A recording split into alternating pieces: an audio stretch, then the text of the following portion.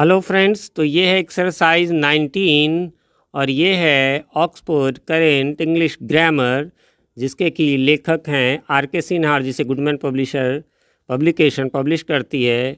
उसी का एक्सरसाइज 19, जिसमें करना है use the correct form of the verb form in the following sentences chosen from the ones given in the bracket. यानी कि आपको इन क्वेश्चंस में जो है वो ब्रैकेट में दो दो आंसर्स दिए हुए हैं, उनमें से एक एक चुन करके भरना है। तो जो आंसर होगा मैं वो भी बताऊंगा इस वीडियो में रूल्स के साथ, और साथ में जो नहीं होगा वो क्यों नहीं होगा वह भी बताऊंगा। जैसा कि आप सब जानते होंगे, ये है टेंस से रिलेटेड एक्सरसाइज, और टेंस को जैसा कि माना जाता है सबसे इम्पॉर्टेंट इंग्लिश ग्रामर में, क्योंकि यह बोलचाल में या आंसर्स लिखने में सबसे इम्पॉर्टेंट होता है।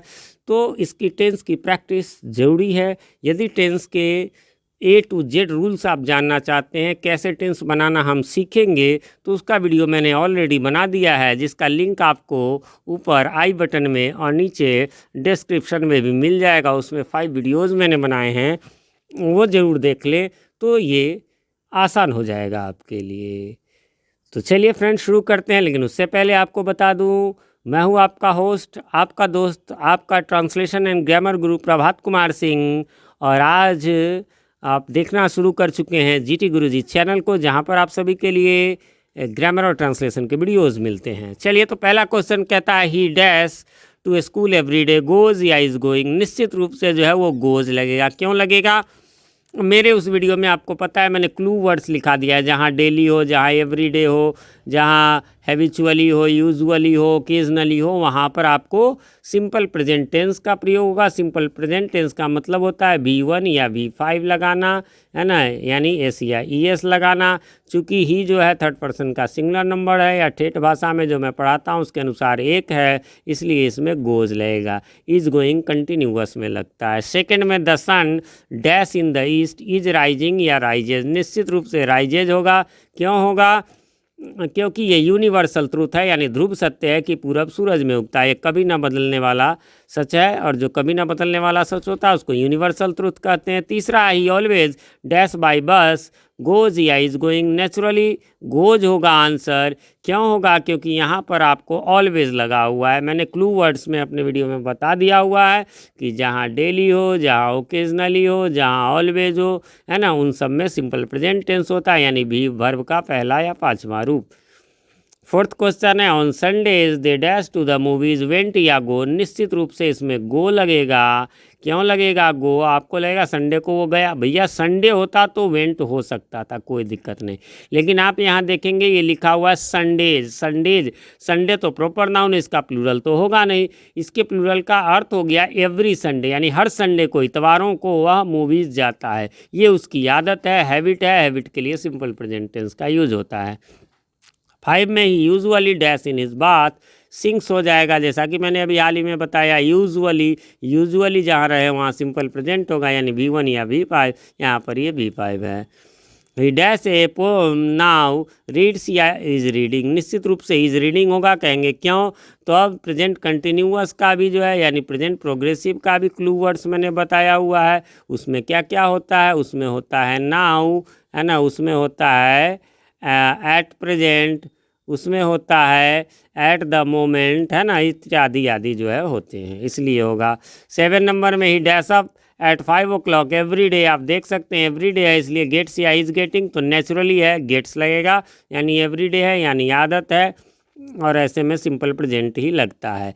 8 नंबर में the baby is cry, the baby dash because it is hungry now. निश्चित रूप से इज क्राइंग लगेगा। कहेंगे सर ऐसा क्यों? क्योंकि यहाँ पर नाउ है, जो कि अभी हम लोग ऊपर देखे हैं, इसलिए प्रेजेंट कंटिन्यूअस होगा। He never dash A lie is telling या टेल्स। नेवर में या तो प्रेजेंट परफेक्ट होता है या सिंपल प्रेजेंट होता है। नेवर एवर में यहाँ पर सिंपल प्रेजेंट होगा, कंटिन्यूअस कभी नहीं हो सकता। फिर है 10 number, he dash playing in the field at the moment. निश्चित रूप से तो प्लेज या इज प्लेइंग, तो इज प्लेइंग। क्यों होगा is playing? Now at present at the moment, जब या दीज डेज जब भी रहे तो आपको प्रेजेंट कंटिन्यूअस ही होता है। क्वेश्चन नंबर 11 की ओर चलेंगे। क्वेश्चन नंबर 11 में कहता है Ravi dash to Delhi tomorrow. तो आपको बता दें, मैंने इसके लिए एक स्पेशल रूल बनाया हुआ है कि टुमारो रहे, कोई फ्यूचर वाली बात रहे तो सिंपल फ्यूचर तो हम लोग करेंगे ही करेंगे, है ना, सिंपल फ्यूचर। जब वो नहीं रहे तो हम लोग प्रेजेंट कंटिन्यूअस का यूज़ कर सकते हैं। जब वह भी नहीं रहे तो सिंपल प्रेजेंट का ही यूज़ करेंगे। ये फ्यूचर रहने पर इन तीनों में से कोई भी, लेकिन हमेशा नंबर 1 पर सिंपल फ्यूचर, नंबर 2 पर प्रेजेंट कंटिन्यूअस और नंबर 3 पर जो है वो सिंपल प्रेजेंट। यहाँ पर आप देख रहे हैं टुमारो है, इज़ गोइंग और हैज़ गॉन। हाँ, इसमें एक चीज़ मैं बताना चाहूँगा, इसका मैं जो है स्क्रीनशॉट ले लूँगा। इज़ गोइंग होगा, ये गोज़ मैंने, ये मिस्टेक है। तो मैंने अभी क्या बताया कि फ्यूचर है तो सिंपल फ्यूचर, लेकिन सिंपल फ्यूचर तो है नहीं, तो प्रेजेंट कंटिन्यूअस यहाँ पर यही है, प्रेजेंट कंटिन्यूअस या प्रेजेंट परफेक्ट। चलिए मैं स्क्रीनशॉट ले लेता हूँ, इसका करेक्शन कर दूँगा, इज़ गोइंग हो जाएगा। अगला में भी वैसे ही है, C dash for Mumbai next week, है ना, लीव्स या लेफ्ट। तो नेचुरली जो है आपको देखेंगे सिंपल फ्यूचर है नहीं, प्रेजेंट कंटिन्यूअस है नहीं, इसलिए सिंपल प्रेजेंट, लीव्स अभी जो मैंने रूल बताया, लेफ्ट तो पास्ट हो जाएगा। I dash Ram tonight, am meeting या मीट, तो इसमें ध्यान में रखेंगे आंसर तो दोनों हो सकता है, लेकिन बेस्ट आंसर एम मीटिंग। और क्यों, टू नाइट भी जो है वो फ्यूचर में ही माना जाता है, आज रात, तो उसके लिए सिंपल फ्यूचर नहीं है, तो फिर प्रेजेंट कंटिन्यूअस नहीं होता, तब सिंपल प्रेजेंट मीट भी हो सकता था। I dash English this year भी फ्यूचर टाइम रेफरेंस में ही आता है, इसलिए यहाँ पर जो है सिंपल फ्यूचर होता तो वो होता, नहीं तो प्रेजेंट कंटिन्यूअस, है ना, तो प्रेजेंट कंटिन्यूअस मैंने दे दिया। ये ना होता तो स्टडी भी हो सकता था। 3 होते हैं जैसा कि मैं बता चुका हूँ। 15 नंबर में आ जाते हैं, आई डैश हिम टुमारो, तो सी या एम सीइंग, नेचुरली जो है वो एम सीइंग होगा, मैंने बताया अभी। टुमारो रहे, फ्यूचर वाला कोई टाइम दिया रहे। देखिए एक चीज़ मैं बता देता हूँ, ऐसा आपको चैनल्स देख लें, कंपैरिजन कर लें, आंसर मिला लें, फिर इस चैनल को आप जो है सब्सक्राइब करें, है ना, क्योंकि यहाँ पर मैं खुद टीचर हूँ, 20 ईयर्स का एक्सपीरियंस है, मैं खुद यूट्यूबर हूँ। ज़्यादातर लोग ये होते हैं कहीं से आंसर, मेरा वो काम नहीं है। चलिए, तो टुमारो है तो सिंपल फ्यूचर, नहीं है तो प्रेजेंट कंटिन्यूअस, है ना, तो प्रेजेंट कंटिन्यूअस दे दिए, नहीं होता तो सिंपल प्रेजेंट भी हो सकता था। The prime minister dash year tomorrow arrived, या अराइव्स, टुमारो में अराइव्ड तो हो ही नहीं सकता, ये तो पास्ट होता है, अराइव्स होगा। वैसे भी प्रधानमंत्री का मैं बताता हूँ, नेता, अभिनेता और संस्थान जो होते हैं वो ध्यान रखिएगा, हमेशा पूर्व निर्धारित कार्यक्रमों में यानी कि सिंपल प्रेजेंट में आएगा, इसलिए अराइव्स होगा। फिर ही जस्ट आउट, है ना, तो हैज़ गॉन या गोज तो बिल्कुल भी नहीं होगा, हैज़ गॉन हो जाएगा। याद रखिएगा, जस्ट जब रहे आंसर लिखना हो उसको बीच में लिखेंगे, है ना। कहेंगे सर ये समझ में नहीं आया, इसमें तो कोई रूल आप कह रहे हैं, तो भैया जस्ट का है रूल, प्रेजेंट परफेक्ट का भी है, जस्ट ऑलरेडी एवर नेवर में प्रेजेंट परफेक्ट लगेगा। उसके बाद who has dash my pen, stolen या स्टोल, नेचुरली इसमें स्टोलन। कहेंगे सर इसमें कौन सा रूल तो दिख नहीं रहा, बिल्कुल, लेकिन यहाँ हैज़ दिख रहा है और इसलिए हैज़, हैव, हैड के साथ हमेशा V3 लगता है, इसलिए स्टोलन ही होगा। 19 की ओर चलेंगे। 19 में है he dash the television now, आपको पता है नाउ रहे तो प्रेजेंट कंटिन्यूअस, इसलिए इज वॉचिंग होगा। Hard work dash success brings या ब्रॉट, नेचुरली यह जो है एक प्रोवर्ब्स है, इडियम्स है, मुहावरे, कहावतें, सेइंग्स हैं और उसमें हमेशा सिंपल प्रेजेंट लगता है, इसलिए ब्रिंग्स हो जाएगा।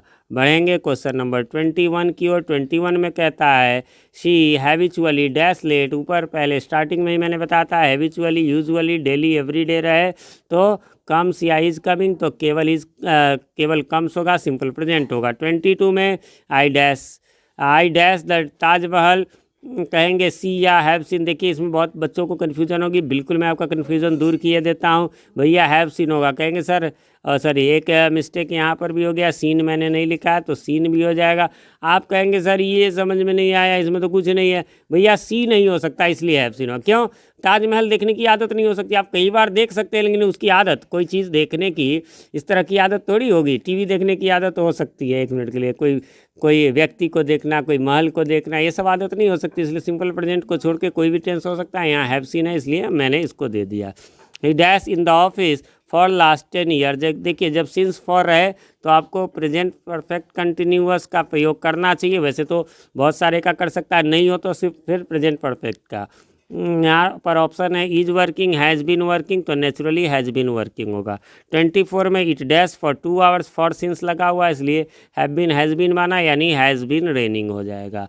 बढ़ेंगे आगे 25 की ओर। 25 में सी डैश वेटिंग, फिर फॉर लगा हुआ है इसलिए हैज़ बीन वाला लगेगा, हैव हैज़ बीन वाला। 26 में भी वही है, सिंस लगा हुआ है। सिंस फॉर जहाँ रहे वहाँ पर हैव हैज़ हैड वाला लगाएंगे और बीन वाला तो हैज़ बीन ये वाला हो गया। उसके बाद 27 में I dash for the bus since 4 o'clock फिर हो गया तो एम वेटिंग या हैव बीन वेटिंग तो हैव बीन वेटिंग हो जाएगा।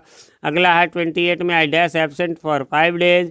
यहाँ पर एम की हैव बीन नेचुरली है कि फॉर लगा हुआ है इसलिए हैव बीन लगेगा, हैव हैज़ वाला लगेगा। बढ़ते हैं आगे 29 की ओर। 29 में है he dash ill since Friday तो सिंस जब ये लग गया तो ईजिया, हैज़ बीन तो हैज़ बीन ही लगेगा। फिर है 30 में we dash here for 2 days। For जब ये लगा हुआ है तो हमको आर या हैव गिवन तो हैव बीन तो हैव बीन ही होगा।